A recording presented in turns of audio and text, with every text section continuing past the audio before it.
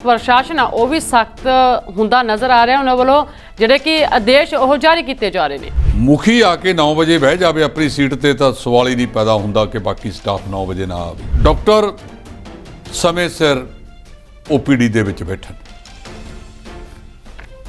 मित्रां वाला मरीजां दे नाल बिहार करन कि जे कोई डॉक्टर निजी प्रयोगशालावां नूं ਜਿਹੜੇ ਟੈਸਟ ਕਰਾਉਂਦੇ ਆ ਲੈਬੋਰਟਰੀਆਂ ਵੱਲ ਭੇਜਿਆ ਕਿਸੇ ਨੇ ਜੀ ਤੇ ਉਹਦੇ ਤੇ ਫਿਰ ਸਖਤ ਕਾਰਵਾਈ ਹੋਵੇਗੀ। ਪਰਚੀ 10 ਰੁਪਏ ਦੀ ਹੈ। ਆਹ ਟੈਸਟ ਇੱਥੋਂ ਨਹੀਂ ਹੁੰਦਾ, ਬਾਹਰੋਂ ਫਲਾਨੀ ਲੈਬੋਰਟਰੀ ਤੋਂ ਕਰਾ ਕੇ ਲਿਆਓ। ਉੱਥੇ ਫਿਰ ਡਾਕਟਰਾਂ ਦੇ ਖਾਤੇ ਖੁੱਲੇ ਹੋਏ ਨੇ।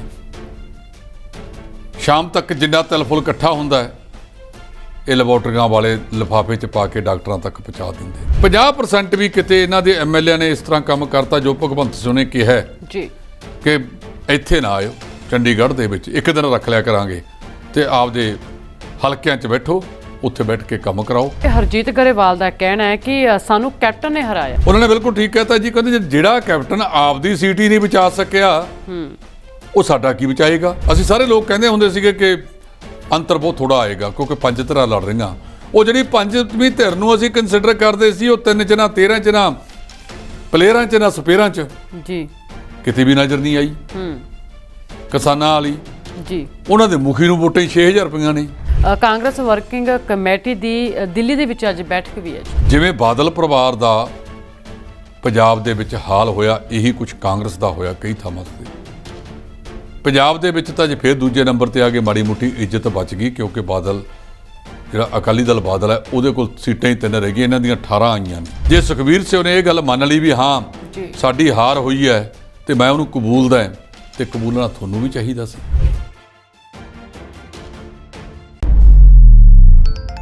ਸਤਿ ਸ਼੍ਰੀ ਅਕਾਲ, ਮੈਂ ਰੀਨਾ ਧੀਮਾਨ ਤੇ ਤੁਸੀਂ ਦੇਖ ਰਹੇ ਹੋ D5 ਚੈਨਲ ਪੰਜਾਬੀ ਤੇ ਪ੍ਰੋਗਰਾਮ ਲੈ ਕੇ ਹਾਜ਼ਰ ਹਾਂ ਇੱਕ ਮੇਰੀ ਵੀ ਸੁਣੋ। ਇਸ ਪ੍ਰੋਗਰਾਮ ਦੇ ਵਿੱਚ ਅਸੀਂ ਵੱਖ-ਵੱਖ ਵਿਸ਼ੇ ਨੂੰ ਲੈ ਕੇ ਚਰਚਾ ਕਰਦੇ ਹਾਂ ਤੇ ਅੱਜ ਦੇ ਵਿਸ਼ੇ ਉਹ ਵੀ ਕਾਫੀ ਅਹਿਮ ਰਹਿਣ ਵਾਲੇ ਨੇ ਜਿਸ ਤੇ ਗੱਲਬਾਤ ਕਰਾਂਗੇ ਕਿ ਨਵੀਂ ਸਰਕਾਰ ਬਦਲੀ ਕਿ ਹੁਣ ਪ੍ਰਸ਼ਾਸਨ ਵੀ ਸਖਤ ਹੋ ਗਿਆ ਤੇ ਸਖਤ ਹਦਾਇਤਾਂ ਉਹਨਾਂ ਵੱਲੋਂ ਜਾਰੀ ਕਰਨੀਆਂ ਸ਼ੁਰੂ ਕਰ ਦਿੱਤੀਆਂ। ਗੱਲ ਕੀਤੀ ਜਾਵੇ ਰਜਿੰਦਰਾ ਹਸਪਤਾਲ ਦੀ ਤਾਂ ਉੱਥੇ ਡਾਕਟਰਾਂ ਨੂੰ ਚੇਤਾਵਨੀ ਪੱਤਰ ਕੱਢ ਦਿੱਤਾ ਗਿਆ ਤਾਂ ਕਿ ਸਮੇਂ ਸਿਰ ਡਾਕਟਰ ਜਿਹੜਾ ਉੱਥੇ ਪੂਰਾ ਸਟਾਫ ਆ ਉਹ ਸਮੇਂ ਸਿਰ ਤੇ ਰਜਿੰਦਰਾ ਹਸਪਤਾਲ ਦੇ ਵਿੱਚ ਆਵੇ।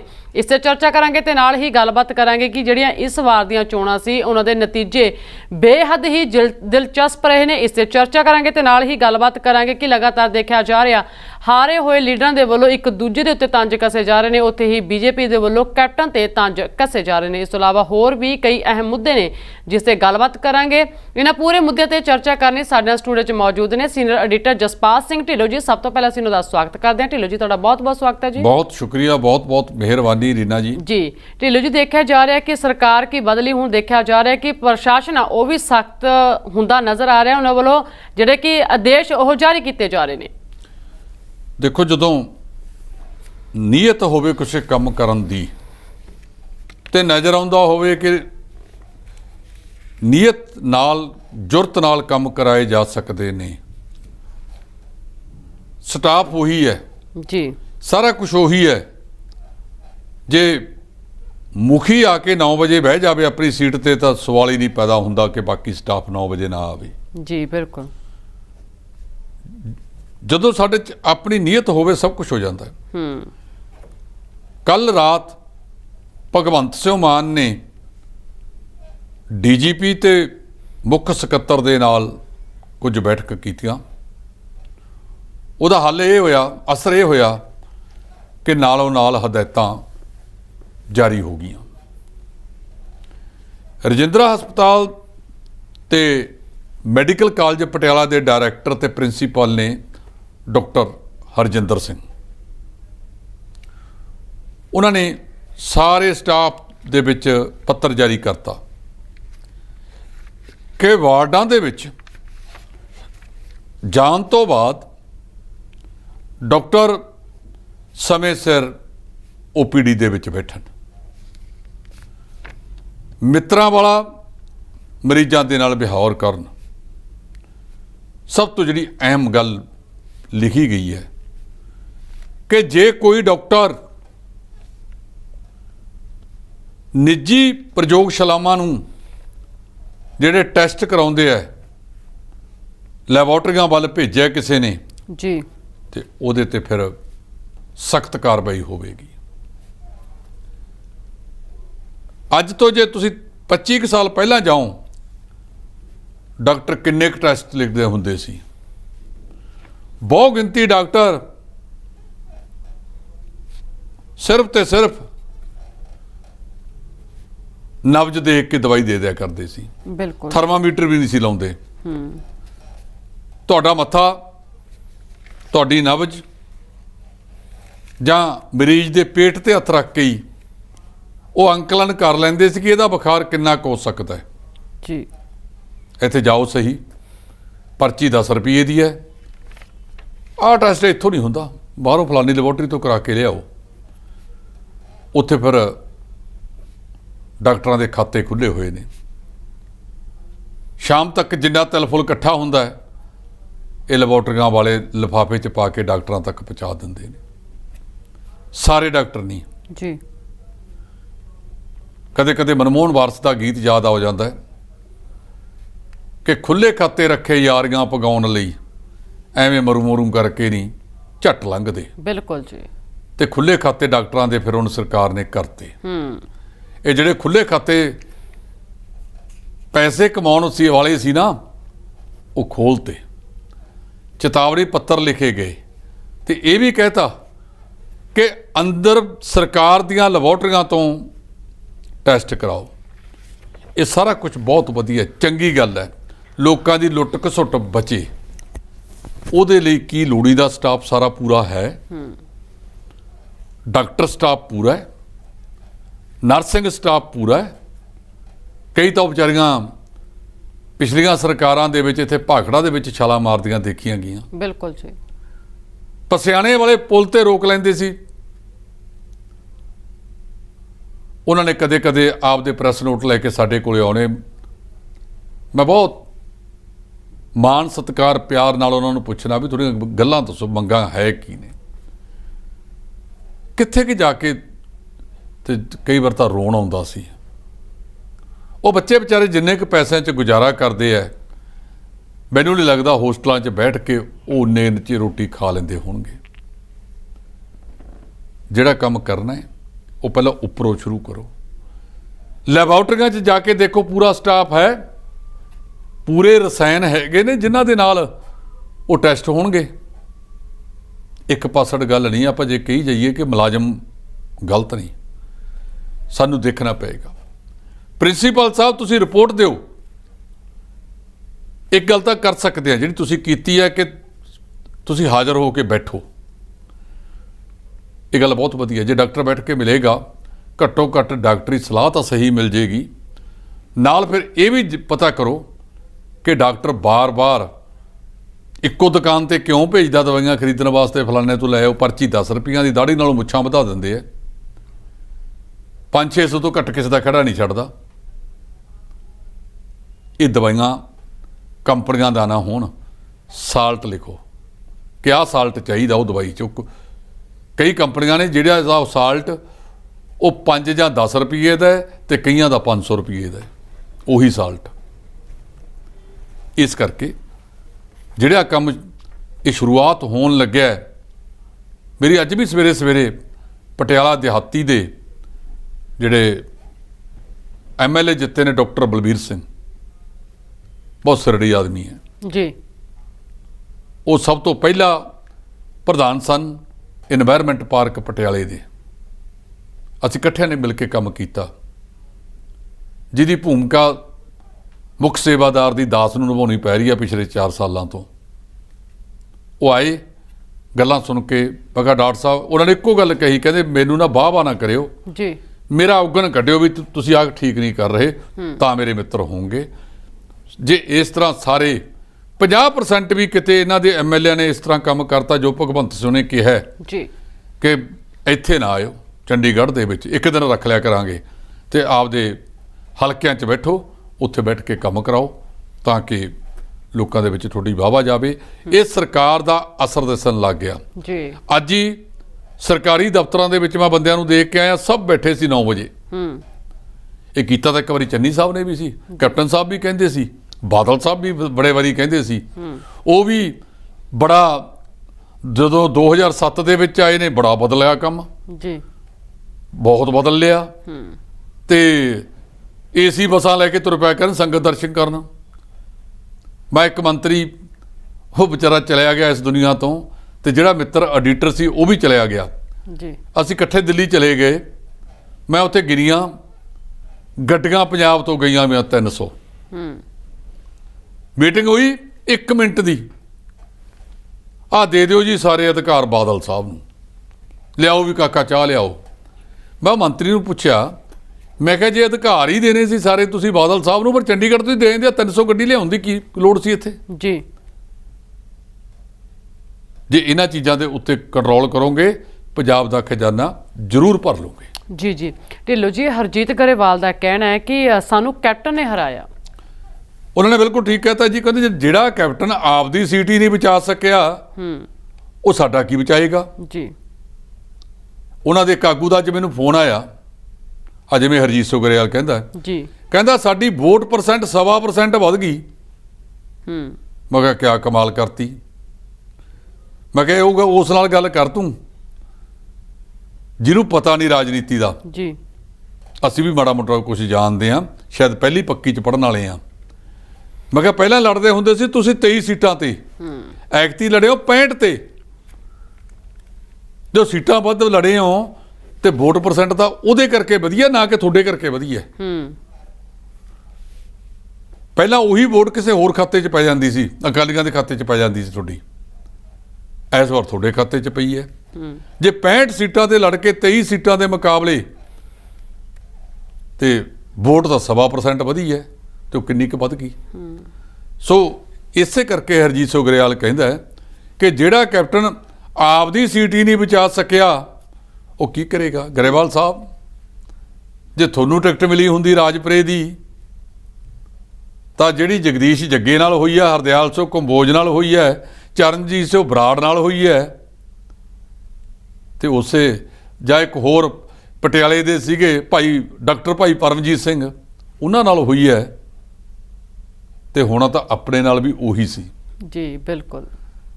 ਸੋ ਰਾਹ ਪਏ ਜਾਣਗੇ ਜਾਂ ਬਾਹ ਪਏ ਜਾਣਗੇ, ਤੁਸੀਂ ਆਪ ਦਾ ਸ਼ੁਕਰ ਕਰੋ।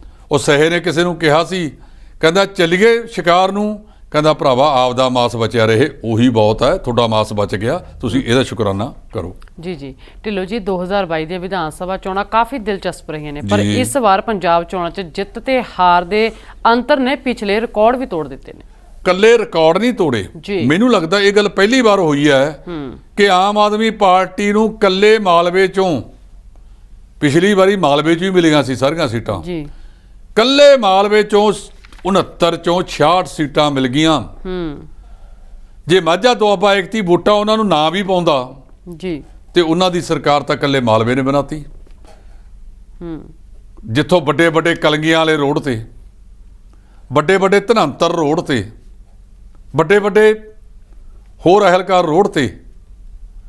ਸੋ ਇਸ ਵਾਰ ਵਾਪਰਿਆ ਬਹੁਤ ਕੁਛ ਹੈ। ਨਾਲ ਹੀ ਜਿਹੜੇ ਵੋਟਾਂ ਦਾ ਅੰਤਰ, ਅਸੀਂ ਸਾਰੇ ਲੋਕ ਕਹਿੰਦੇ ਹੁੰਦੇ ਸੀਗੇ ਕਿ ਅੰਤਰ ਬਹੁਤ ਥੋੜਾ ਆਏਗਾ ਕਿਉਂਕਿ 5 ਧਿਰਾਂ ਲੜ ਰਹੀਆਂ। ਉਹ ਜਿਹੜੀ 5ਵੀਂ ਧਿਰ ਨੂੰ ਅਸੀਂ ਕੰਸੀਡਰ ਕਰਦੇ ਸੀ, ਉਹ 3 ਚ ਨਾ 13 ਚ ਨਾ ਪਲੇਅਰਾਂ ਚ ਨਾ ਸਪੇਅਰਾਂ ਚ ਕਿਤੇ ਵੀ ਨਜ਼ਰ ਨਹੀਂ ਆਈ। ਕਿਸਾਨਾਂ ਵਾਲੀ ਉਹਨਾਂ ਦੇ ਮੁਖੀ ਨੂੰ ਵੋਟਾਂ 6000 ਰੁਪਈਆਂ ਨੇ, ਤੇ ਕੀ ਕੀਤਾ ਜਾ ਸਕਦਾ ਹੈ। ਸੋ ਉਹ ਬੰਦੇ ਜਿਨ੍ਹਾਂ ਨੂੰ ਬਹੁਤ ਵੋਟਾਂ ਦਾ ਅੰਤਰ ਨਾਲ ਜਿੱਤੇ ਨੇ, ਅਮਨ ਅਰੋੜਾ ਨੰਬਰ 1 ਤੇ 75000 ਤੋਂ ਵੱਧ ਵੋਟਾਂ ਦੇ ਅੰਤਰ ਨਾਲ ਜਿੱਤੇ ਨੇ। ਜਗਰੂਪ ਸਿੰਘ ਗਿੱਲ ਬਠਿੰਡੇ ਵਾਲੇ, ਉਹ 63000 ਵੋਟਾਂ ਦੇ ਫਰਕ ਨਾਲ। ਮੂਸੇਵਾਲਾ ਉਹ 63000 ਤੇ ਹਾਰਿਆ। ਇਹ 63 ਹੀ ਨੇਗੇ। ਤੇ ਭਗਵੰਤ ਸਿੰਘ ਮਾਨ 58000 ਤੇ ਜਿੱਤੇ ਨੇ। ਇੱਕ ਹੈਗਾ ਜੀਵਨ ਸੰਗੇਵਾਲ 57644 ਤੇ। ਡਾਕਟਰ ਬਲਵੀਰ ਸਿੰਘ ਪਟਿਆਲੇ ਵਾਲੇ, ਇਹ ਵੀ 53000 ਵੋਟਾਂ ਤੇ ਜਿੱਤੇ ਨੇ, ਸਾਬਕਾ ਮੰਤਰੀ ਦੇ ਪੁੱਤਰ ਤੋਂ। ਸੋ ਅੰਤਰ ਬਹੁਤ ਵੱਡੇ ਵੱਡੇ ਰਹੇ ਨੇ। ਸੋ ਕਾਫੀ ज़्यादा ਜਿਹੜਾ ਹੈਗਾ ਇਹ ਅੰਤਰ ਆਇਆ ਹੈ। ਮੈਂ ਸਮਝਦਾ ਕਿ ਇਹ ਜਿਹੜਾ ਅੰਤਰ ਆਇਆ ਇਹ ਲੋਕਾਂ ਦਾ ਗੁੱਸਾ ਹੈ। ਬਿਲਕੁਲ। ਲੋਕਾਂ ਨੂੰ ਰਵਾਇਤੀ ਪਾਰਟੀਆਂ ਤੋਂ, ਕੁਦਰਤ ਵੀ ਕੋਈ ਚੀਜ਼ ਹੈ, ਜਦੋਂ ਕਿਤੋਂ ਅੱਤ ਚੱਕੀ ਜਾਵੇ ਕਿਸੇ ਚੀਜ਼ ਦੀ ਫਿਰ ਕੁਦਰਤ ਆਪਣਾ ਰੰਗ ਦਿਖਾਉਂਦੀ ਹੈ। ਅਸੀਂ ਕੁਦਰਤ ਨਾਲ ਬਾਰ-ਬਾਰ ਛੇੜ ਕਰਦੇ ਹਾਂ ਤੇ ਕੁਦਰਤ ਫਿਰ ਮਾੜਾ ਜਿਹਾ ਪੌਂਚਾ ਹਿਲਾਉਂਦੀ ਹੈ ਨਾ ਜਦੋਂ, ਤੇ ਫਿਰ ਵੱਡੇ ਵੱਡੇ ਥੰਮ ਉਲਟਾ ਕੇ ਮਾਰਦੀ ਹੈ ਜੀ। ਵੱਡੇ ਵੱਡੇ ਦਰਖਤਾਂ ਨੂੰ ਉਖੇੜ ਸੁੱਟਦੀ ਹੈ। ਸੋ ਕੁਦਰਤ ਦੀ ਭਾਵਨਾਵਾਂ ਨੂੰ ਮੰਨੋ, ਕੁਦਰਤ ਨੂੰ ਜਾਣੋ। ਕੁਦਰਤ ਬਹੁਤ ਵੱਡੀ ਚੀਜ਼ ਹੈ ਤੇ ਬੰਦਾ ਜੇ ਹੰਕਾਰ ਦੇ ਘੋੜੇ ਤੇ ਚੜ੍ਹ ਜੇ, ਜਿਹੜਾ ਪਾਠ ਅਰਵਿੰਦ ਕੇਜਰੀਵਾਲ ਇਹਨਾਂ ਨੂੰ ਪੜ੍ਹਾ ਰਿਹਾ ਕਿ ਹੰਕਾਰ ਨਾ ਕਰਿਓ, ਸਿਰਫ ਨੀਵੇਂ ਹੋ ਕੇ ਚੱਲਿਓ। ਕਹਿੰਦੇ ਆ ਨਾ, ਫਲ ਨੀਵਿਆਂ ਨੂੰ ਰੁੱਖਾਂ ਨੂੰ ਲੱਗਦੇ, ਸਿੰਘਾ ਤੂੰ ਮਾਨ ਨਾ ਕਰੀ। ਜੀ ਬਿਲਕੁਲ। ਸੋ ਮਿੱਠਤ ਨੀਵੀਂ ਨਾਨਕਾ, ਗੁਣ ਚੰਗਿਆਈਆਂ ਤੱਤ। ਇਸ ਕਰਕੇ ਜੇ ਠਰਮੇ ਨਾਲ ਚੱਲਣਗੇ, ਹੰਕਾਰ 'ਚ ਨਹੀਂ ਜਾਣਗੇ ਤਾਂ ਲੰਬੇ ਚੱਲ ਜਾਣਗੇ। ਬਿਲਕੁਲ। ਤੇ ਜੇ ਕਿਤੇ ਜਲਦੀ ਹੰਕਾਰ ਦੇ ਘੋੜੇ ਤੇ ਚੜ੍ਹ ਕੇ ਤੇ ਰਵਾਇਤੀਆਂ ਵਾਲਾ ਕੰਮ ਫੜ ਲਿਆ, ਕਿਉਂਕਿ ਖਾਸੇ ਇਹਨਾਂ 'ਚ ਵੀ ਰਵਾਇਤੀਆਂ 'ਚੋਂ ਹੀ ਗਏ ਵੇ ਨੇ, ਉਹਨਾਂ ਦਾ ਪਾਹ ਚੜ੍ਹ ਗਿਆ ਤੇ ਫਿਰ ਬੱਲੇ ਬੱਲੇ ਬਾਹਲਾ ਚਿਰ ਰਹਿੰਦੀ ਨਹੀਂ ਹੁੰਦੀ, ਲੋਕ ਦੂਜੇ ਪਾਸੇ ਵੱਲ ਵੀ ਤੁਰ ਪੈਂਦੇ ਆ। ਜੀ ਢਿੱਲੋਂ ਜੀ, ਗੱਲ ਕੀਤੀ ਜਾਵੇ ਸੁਨੀਲ ਜਾਖੜ ਦੀ ਤਾਂ ਸ਼੍ਰੀ ਦਰਬਾਰ ਸਾਹਿਬ ਦੇ ਵਿੱਚ ਉਹਨਾਂ ਨੇ ਮੱਥਾ ਟੇਕਿਆ। ਉੱਥੇ ਪੱਤਰਕਾਰਾਂ ਦੇ ਰੂਬਰੂ ਹੁੰਦੇ ਹੋਏ ਨਿਸ਼ਾਨੇ ਵੀ ਉਹਨਾਂ ਦੇ ਵੱਲੋਂ ਸਾਧੇ ਗਏ ਨੇ। ਜੀ। ਸੁਨੀਲ ਜਾਖੜ ਸਾਹਿਬ ਆਪਣੇ ਭਤੀਜੇ ਸੰਦੀਪ ਜਾਖੜ ਜੋ ਇਸ ਹਨੇਰੀ ਵਿੱਚ ਵੀ ਚੋਣ ਜਿੱਤੇ ਨੇ, ਕਈ ਉਹ ਬੰਦੇ ਜਿੱਤੇ ਨੇ ਅਕਾਲੀਆਂ ਦੇ ਵਿੱਚੋਂ, ਮਨਪ੍ਰੀਤ ਸਿੰਘ ਇਆਲੀ ਆਪਣੇ ਕਰਕੇ ਜਿੱਤਿਆ।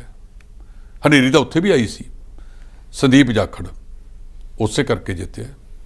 ਸੁਖਪਾਲ ਸੁਖਹਿਰਾ, ਬਾਜਵਾ ਸਾਹਿਬ, ਦੂਜਾ ਇਹ ਰੰਧਾਵਾ ਸਾਹਿਬ, ਇਹ ਪੁਰਾਣੇ ਇਸ ਹਨੇਰੀ 'ਚ ਜੇ ਬੰਦੇ ਜਿੱਤੇ ਨੇ, ਇਹਦਾ ਮਤਲਬ ਕਿਤੇ ਨਾ ਕਿਤੇ ਉਹ ਆਪਣੇ ਹਲਕੇ ਨਾਲ ਜੁੜ ਕੇ ਰਹੇ ਨੇ, ਲੋਕਾਂ ਦੇ ਕੰਮ ਕੀਤੇ ਹੈ। ਸੁਨੀਲ ਕੁਮਾਰ ਜਾਖੜ ਕੱਲ੍ਹ ਸ਼ੁਕਰਾਨਾ ਕਰਨ ਗਏ ਸੀ ਦਰਬਾਰ ਸਾਹਿਬ। ਉਹਨਾਂ ਨੇ ਉੱਥੇ ਜਿਹੜੀ ਗੱਲ ਕਹੀ ਹੈ, ਉਹ ਕਹਿੰਦੇ ਵੀ ਜਿਨ੍ਹਾਂ ਨੇ ਮੌਕਾ ਪ੍ਰਸਤੀਆਂ ਕਰਕੇ ਕੌਮ ਦਾ ਭੱਠਾ ਵਹਾਇਆ, ਜਿਨ੍ਹਾਂ ਦੇ ਰਾਜਾਂ ਦੇ ਵਿੱਚ ਬੇਅਦਬੀਆਂ ਹੋਈਆਂ, ਉਹਦਾ ਕੋਈ ਇਨਸਾਫ ਨਹੀਂ ਦਿੱਤਾ। ਉਹਨਾਂ ਦਾ ਇਸ਼ਾਰਾ ਬਾਦਲ ਪਰਿਵਾਰ ਵੱਲ ਵੀ ਸੀ ਤੇ ਕੈਪਟਨ ਅਮਰਿੰਦਰ ਸਿੰਘ ਵੱਲ ਵੀ ਸੀ। ਉਹ ਕਹਿੰਦੇ ਵੀ ਮੌਕਾ ਪ੍ਰਸਤੀਆਂ ਕੀਤੀਆਂ ਤੇ ਹੁਣ ਆਹ ਡੇਰਿਆਂ ਨੂੰ ਵੀ ਤਾਲੇ ਲੱਗ ਜਾਣਗੇ। ਇਸ ਵਾਰ ਲੋਕਾਂ ਨੇ ਉਲਟਾਤਾ ਸਾਰਾ ਕੁਝ। ਅੱਗੇ ਨੂੰ ਨਾ ਪੈਸਾ ਚੱਲਣਾ ਹੈ, ਨਾ ਸ਼ਰਾਬ ਵਗੈਰਾ ਚੱਲਣੀ ਹੈ, ਤੇ ਉਮੀਦਵਾਰਾਂ ਨੇ ਕਹਿਣਾ ਕਿ ਪੈਸੇ ਲੈ ਕੇ ਕਿਹੜਾ ਤੁਸੀਂ ਵੋਟ ਪਾਉਂਦੇ ਹੋ। ਅਸੀਂ ਸਮਝਦੇ ਹਾਂ ਕਿ ਉਹ ਪੈਸੇ ਲੋਕਾਂ ਦੇ ਹੀ ਸੀ, ਤੇ ਜੇ ਨਹੀਂ ਪਾਏ, ਇੱਕ ਵੱਖਰੇ ਪਾਸੇ ਨੂੰ ਪੰਥ ਤੁਰਿਆ, ਪੰਥ ਚਲਾਇਆ ਹੈਗਾ, ਤਾਂ ਇਹ ਇੱਕ ਚੰਗੀ ਗੱਲ ਹੋ ਸਕਦੀ ਹੈ। ਜੀ ਜੀ। ਉੱਥੇ ਜੇਕਰ ਨਵਜੋਤ ਸਿੰਘ ਸਿੱਧੂ ਦੀ ਗੱਲ ਕੀਤੀ ਜਾਵੇ ਤਾਂ ਨਵਜੋਤ ਸਿੰਘ ਸਿੱਧੂ ਨੇ ਕਿਹਾ ਕਿ ਮੈਨੂੰ ਹਾਰ ਜਿੱਤ ਨਾਲ ਕੋਈ ਵੀ ਫਰਕ ਨਹੀਂ ਪੈਂਦਾ। ਜੇ ਕੋਈ ਮਹਿਸੂਸ ਕਰੇ ਤਾਂ ਹੁੰਦਾ ਨਾ। ਜੀ। ਜੇ ਕੋਈ ਕਹਿੰਦੇ ਵੀ ਤੈਨੂੰ ਸ਼ਰਮ ਨਹੀਂ ਆਉਂਦੀ, ਉਹ ਕਹਿੰਦਾ ਯਾਰ ਇਹ ਤਾਂ ਮਹਿਸੂਸ ਕਰਨ ਦੀ ਗੱਲ ਹੈ। ਕਹਿੰਦਾ ਬੰਦਾ ਬਸ਼ਰਮ ਚਾਹੀਦਾ, ਸ਼ਰਮ ਦੇਣ ਵਾਲਾ ਕਿਹੜਾ ਸਲਾ ਜੰਮਿਆ, ਕਹਿੰਦਾ। ਜੀ। ਸੋ ਜੇ ਕੋਈ ਬਸ਼ਰਮੀ ਹੋ ਜਾਵੇ, ਉਹ ਆਪਣੇ ਪਿੰਡਾਂ ਦੇ ਵਿੱਚ ਕਹਿੰਦੇ ਆ ਵੀ ਉਹਨਾਂ ਨੇ ਤਾਂ ਆਪਦੀ ਨਾ ਇੱਜ਼ਤ ਦੀ ਲੋਈ ਵੀ ਉਤਾਰਤੀ। ਸੋ ਜਿਹੜਾ ਬੰਦਾ ਇਸ ਤਰ੍ਹਾਂ ਦੀਆਂ ਗੱਲਾਂ ਕਰਦਾ, ਇਹ ਮਹਿਸੂਸ ਕਰਨ ਦਾ। ਜੀ। ਲੋਕ ਅਕਸਰ ਕਹਿੰਦੇ ਹੁੰਦੇ ਆ ਕਿ ਬਸ਼ਰਮ ਦੀ ਡੁੱਲ ਗਈ ਯਾਲ, ਕਹਿੰਦਾ ਯਾਰ ਤਾਂ ਭੁੰਜੀ ਖਾਂਦੇ ਹੁੰਦੇ ਆ। ਸੋ ਸਿੱਧੂ ਸਾਹਿਬ ਦਾ ਇਹ ਬਿਆਨ ਕੋਈ ਬਹੁਤਾ ਵਧੀਆ ਨਹੀਂ ਹੈਗਾ ਜੀ ਰਾਜਨੀਤਿਕ ਤੌਰ ਤੇ। ਫਿਰ ਜਿਹੜੀਆਂ ਦੂਜੀਆਂ ਪਾਰਟੀਆਂ ਉਹਨਾਂ ਤੇ ਇਲਜ਼ਾਮ ਲਾਉਂਦੀਆਂ ਨੇ, ਉਹ ਸਹੀ ਨੇ। ਜੇ 50 ਬੰਦੇ ਆਪਾਂ ਇਕੱਠੇ ਆ, 40 ਬੰਦੇ ਮੇਰੇ ਤੇ ਇਲਜ਼ਾਮ ਲਾਉਂਦੇ ਨੇ ਜਾਂ ਮੇਰੀ ਨੁਕਤਾਚੀਨੀ ਕਰਦੇ ਨੇ, ਤਾਂ 10 ਨੂੰ ਛੱਡ ਕੇ ਮੈਨੂੰ 40 ਨੂੰ ਸੋਚਣਾ ਪਊਗਾ। ਲੋਕਤੰਤਰ ਹੈ। ਜਾਂ ਬੰਦਾ ਇਹੀ ਕਹੀ ਜਾਵੇ ਮੈਂ ਸਹੀ ਹਾਂ, ਬਾਕੀ ਤਾਂ ਕੋਈ ਸਹੀ ਹੈ ਹੀ ਨਹੀਂ ਇੱਥੇ। ਜੀ। ਮੈਂ ਪਹਿਲਾਂ ਵੀ ਕਹਿਣਾ ਹੁੰਦਾ ਕਿ ਲੋਕਤੰਤਰ ਦੇ ਵਿੱਚ ਬਹੁਮਤ ਨਾਲ ਮਸਲਾ ਹੱਲ ਕਰ ਲਓ। ਅਸੀਂ ਵੀ ਅਦਾਰੇ ਚਲਾਉਂਦੇ ਹਾਂ, ਅਸੀਂ ਵੀ ਸਮਾਜ ਸੇਵੀ ਸੰਸਥਾਵਾਂ ਚਲਾਉਂਦੇ ਹਾਂ। ਜਿੱਥੇ ਕਿਤੇ ਜਾ ਕੇ ਵਿਚਾਰਧਾਰਕ ਮਤਭੇਦ ਆ ਜਾਂਦੇ ਨੇ, ਉੱਥੇ ਹਮੇਸ਼ਾ ਇਹੋ ਹੀ ਗੱਲ ਕਰੀ ਜਾਂਦੀ ਹੈ ਕਿ ਵੋਟਾਂ ਪਾ ਲਓ। ਜੀ। ਜਿਹੜੇ ਪਾਸੇ ਵੱਧ ਵੋਟਾਂ ਪੈ ਗਈਆਂ ਉਹ ਫੈਸਲਾ ਕਰ ਲਾਂਗੇ। ਜੀ।